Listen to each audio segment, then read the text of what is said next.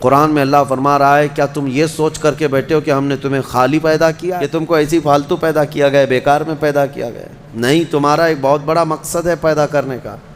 اللہ تعالیٰ نے ایک مچھر بھی دنیا میں بغیر کسی مقصد کے نہیں پیدا کیا۔ اللہ نے خود قرآن میں فرمایا وَمَا خَلَقْتُ الْجِنَّ وَالْإِنسَ إِلَّا لِيَعْبُدُونَ، میں نے جنات اور انسانوں کو صرف اس لیے پیدا کیا۔ ضروری نہیں کہ ہر ایک کی حکمت آپ کو معلوم ہو کون دنیا میں کیوں آیا۔ اللہ نے کوئی بھی چیز بغیر فائدے کے نہیں پیدا کی، بغیر کسی وجہ کے محض کسی کو نہیں پیدا کیا۔ بس اپنے مقصد زندگی کو سمجھو اور فالتو اپنی زندگی کو ضائع مت کرو۔ سورۃ المومنون، مومنوں کے نام سے ایک پوری سورہ ہے جس کی شروعات ہی اللہ تعالیٰ یوں فرماتا ہے قد افلح المؤمنون، تحقیق کے بے شک ایمان والے کامیاب ہو گئے۔ اللہ فرما رہا ہے ایمان والے مومنون کامیاب ہیں۔ یہ پاسٹ کا صیغہ یہاں پر استعمال کیا گیا، ماضی کا صیغہ۔ قد افلح المؤمنون، مومنین کامیاب ہو چکے، ہوں گے نہیں، ہو چکے۔ اصل مسئلہ یہ ہے کہ ایمان جسے مل گیا وہ سب سے بڑی کامیابی ملی، اسی لیے کہ اسی پر نجات ہے اور اسی پر جنت بھی ہے۔ لیکن اللہ تعالیٰ نے پھر آگے بیان فرمایا کون سے مومنین کامیاب ہیں۔ صرف مومنین کامیاب ہیں تو لوگ ہم سے یہ سوال کرنے لگ جاتے ہیں کامیابی کا کیا مطلب ہے؟ آج تو ہم در در کی ٹھوکریں کھا رہے ہیں، ہمارے پاس تو کچھ نہیں ہے۔ لیکن اللہ تعالیٰ نے اس کے آگے مومنین کی صفات بیان فرمائی کون سے مومنین کامیاب ہیں۔ الذین هم فی صلاتہم خاشعون، وہ مومن کامیاب ہیں جو اپنی نمازوں میں گڑ گڑاتے ہیں، اللہ کو یاد کرتے ہیں، یعنی خشوع کے ساتھ، دل کے حضوری کے ساتھ جو نماز پڑھتے ہیں۔ پہلی بات تو نماز ہی نہیں پڑھتے، دل کی حضوری بات کی بات ہے۔ جن مومنین کی کامیابی کے متعلق اللہ تعالیٰ نے فرمایا ہے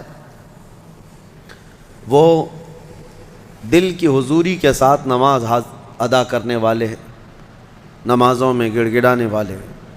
والذین هم عن اللغو معرضون، اور وہ مومنین کامیاب ہیں جو فحش چیزوں سے محفوظ رہتے ہیں، فحش بدکاریوں سے، نہ وہ بری بات بولتے ہیں نہ برے کام کرتے ہیں، ان کی کامیابی کی اللہ ضمانت دے رہا ہے۔ اور جو چوری میں، ڈکیتی میں، زنا میں ملوث ہیں ان کا کیا اس سے تعلق ہے کامیابی سے؟ والذین هم للزکاة فاعلون، اور جو زکوٰۃ مکمل طور پر دیتے ہیں وہ مومنین کامیاب ہیں۔ 5ویں نمبر پہ والذین هم لفروجہم حافظون، اور وہ مومنین کامیاب ہیں جو اپنی شرمگاہوں کی حفاظت کرتے ہیں۔ اللہ تبارک و تعالیٰ نے یہاں پر جن مومنین کی کیٹیگری بیان کی ہے اس میں اگر ہم فٹ بیٹھتے ہیں تو پھر سوال بھی کریں آپ کہ ہماری کامیابی کہاں ہے، اور نہیں ہے تو پھر اس کی اصلاح کریں۔ نمازوں میں کہیں کمی ہوگی، یا لغویات میں ہوں گے، یا زکوٰۃ میں کم ہوں گے، یا پھر جو ہے اپنی حفاظت میں کمی ہوگی، کہیں نہ کہیں کوئی کمی ہوگی، ورنہ رب تبارک و تعالیٰ کا وعدہ برحق ہے کہ اللہ تعالیٰ نے جب قرآن میں کوئی چیز فرمایا کہ وہ کامیاب ہے تو کامیاب ہو کے رہے گا۔ اللہ کریم ہمیں ان اعلیٰ صفات والے مومنین میں شامل فرمائے۔ سورۃ المومنون میں اللہ تعالیٰ نے اور بھی دیگر ہمارے لیے احکام بیان فرمائے ہیں۔ اس میں آخر میں اللہ تبارک و تعالیٰ اس کی آخری جو آیتیں ہیں وہ بڑی ہی ہمارے لیے درس والی ہیں اور ایک جھنجھوڑنے والی آیتیں ہیں۔ اللہ فرماتا ہے افحسبتم انما خلقناکم عبثا وانکم الینا لا ترجعون، کیا تم یہ سوچ کر کے بیٹھے ہو کہ تم کو ہم نے بیکار میں پیدا کیا اور تم ہماری طرف نہیں لوٹائے جاؤ گے؟ یہ اللہ تعالیٰ کا سوال ہے۔ تم یہ سوچ کر کے بیٹھے ہو کہ تم کو ایسی فالتو پیدا کیا گیا، بیکار میں پیدا کیا گیا؟ نہیں، تمہارا ایک بہت بڑا مقصد ہے پیدا کرنے کا۔ اللہ تعالیٰ نے ایک مچھر بھی دنیا میں بغیر کسی مقصد کے نہیں پیدا کیا، ہر ایک کی ایک غرض ہے۔ ہمیں بھی جو پیدا کیا گیا ہماری ایک غرض ہے، وہ کیا ہے؟ اللہ نے خود قرآن میں فرمایا وَمَا خَلَقْتُ الْجِنَّ وَالْإِنسَ إِلَّا لِيَعْبُدُونَ، میں نے جنات اور انسانوں کو صرف اس لیے پیدا کیا کہ وہ میری عبادت کریں۔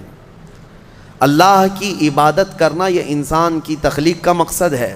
اور جو انسان اپنے اصلی مقصد کو بھول گیا پھر وہ انسانیت سے بھی ہٹ گیا ہے، انسانیت سے بھی ہٹ گیا ہے۔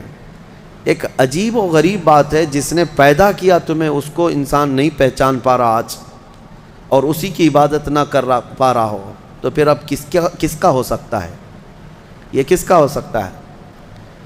اسی لیے شیخ سعدی رحمۃ اللہ تعالیٰ علیہ سے منسوب ایک بات ہے، آپ نے فرمایا جو نمازیں نہیں پڑھتا، جو اللہ کی عبادت نہیں کرتا، اس کو قرضہ بھی مت دو، قرض بھی مت دو۔ کہا کیوں؟ قرض سے اس کا کیا تعلق؟ کہا جو اللہ کا قرض نہیں ادا کر رہا وہ تمہارا کیا ادا کرے گا؟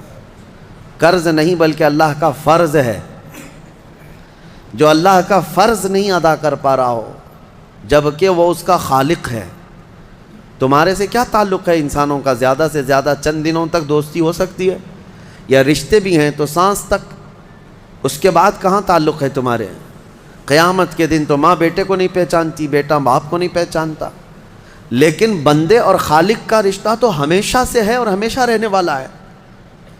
تم جب نہیں پیدا ہوئے تھے تب بھی تمہارا خالق اللہ ہی ہے، یعنی تمہیں نطفے سے لے کر کے یہاں تک لایا، یہاں بھی تمہارا خالق وہی ہے۔ قیامت کے دن جب وہ تمہیں دوبارہ اٹھائے گا تب بھی وہ تمہارا خالق ہے۔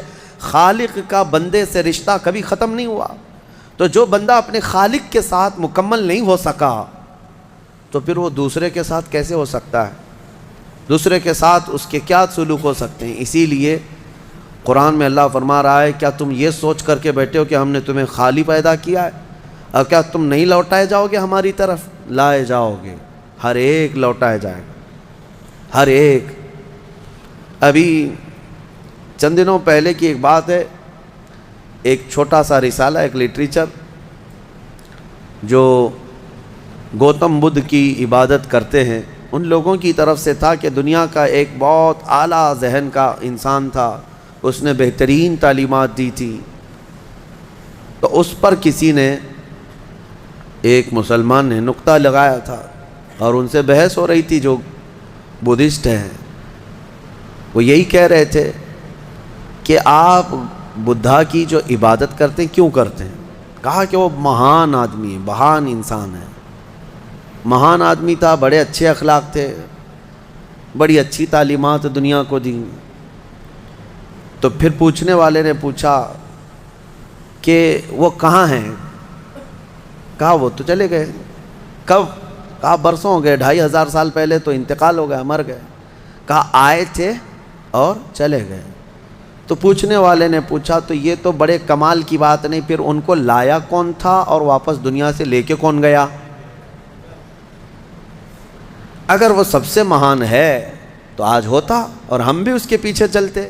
کہا کہ اب وہ پیدا ہوا اور پھر دنیا سے چلا گیا، ہم یہ پوچھ رہے ہیں کون ان کو دنیا میں لایا تھا اور کون دنیا سے لے کے گیا؟ وہ بیچارہ خاموش ہو گیا۔ اس نے کہا کوئی تو طاقت ہوگی۔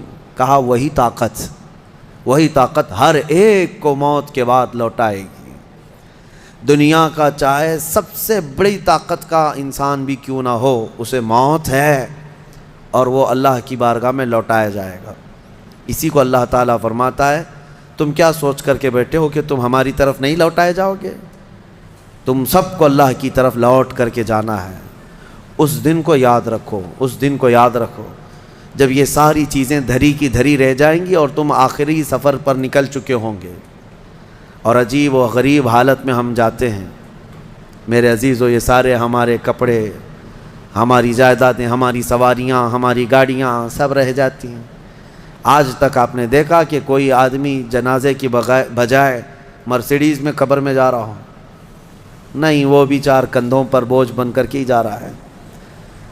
بڑی اعلیٰ قسم کی سواریاں وہ وہیں رہ جاتی ہیں، بڑے عمدہ لباس یہیں رہ جاتے ہیں۔ آخری سفر کا ایک مخصوص لباس ہے، ایک مخصوص انداز ہے اور ایک مخصوص طریقے سے لے جا کر کے قبر کے حوالے کر کے آ جاتے ہیں۔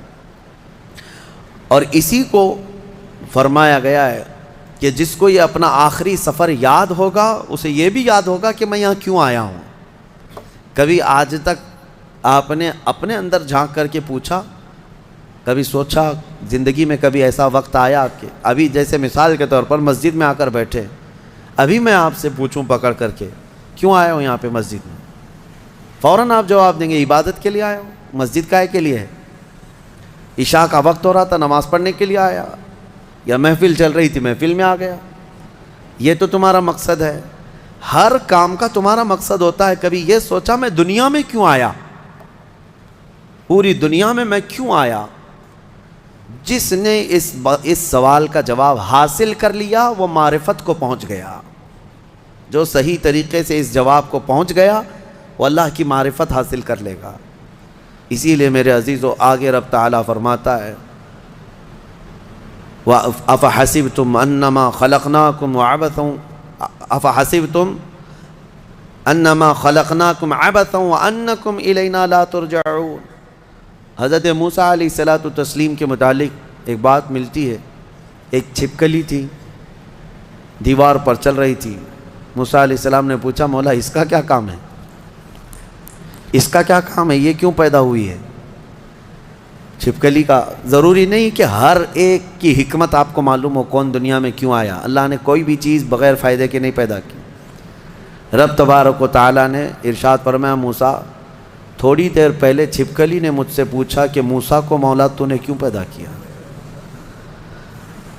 حضرت موسیٰ علیہ السلام کا کیا کیا کام ہے؟